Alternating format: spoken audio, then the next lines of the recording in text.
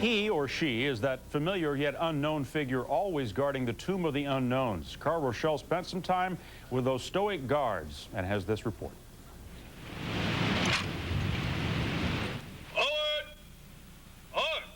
Army Specialist Michael Wilson assumes his post guarding the tomb of the unknowns at Arlington National Cemetery.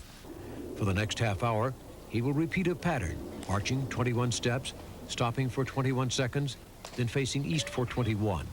It symbolizes the 21-gun salute, the country's highest military honor. The tomb is a symbol. It's not just the remains of people, it's a symbol for our country. It symbolizes everyone who's ever sacrificed. It is a busy morning in the small area under the cemetery's amphitheater where the sentinels are quartered during their 24-hour shift. Uniforms are being prepared for the day. What are you doing? I'm burning off extra strings, and the yellow stripe gets kind of frayed.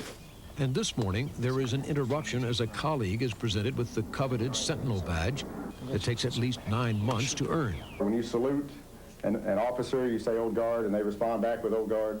Requirements for a Sentinel are strict. Height 5'10" to 6'4" with weight proportional, testing and checking, then 6 to 9 months of training. There are about 30 members of this elite group, all Army, mostly male, although there have been 2 women Sentinels and 1 is now in training. Hair is always short. Shoes are shined daily. We expect the highest standard of shoe shining there is, and we could all have doctorate degrees in shoe shining. The tomb is guarded 24 hours a day, 7 days a week, rain or shine. The uniform is camouflage, or BDUs as the Army calls them, until the cemetery opens to the public. Then it's dress blues. Time to feel like Elvis now. Getting ready to go out. Get the Tropicana. The guard is changed in the summer, once an hour in winter, and every walk there, you do get sent back down. The only interruption to Wilson's walk will be a brief wreath-laying ceremony. Then it's back to walking the mat, his face a mask of complete concentration. Not that people don't sometimes try to break him up. People have waved, made faces. I've heard of, it hasn't never happened to me, thank God, but I've heard of guys getting flashed. But if you think the mission here is strictly ceremonial, think again. If you ask the Sentinels down here, our mission is just like the mission statement says, it's to prevent any desecration or disrespect directed towards the Tomb of the Unknown Soldier.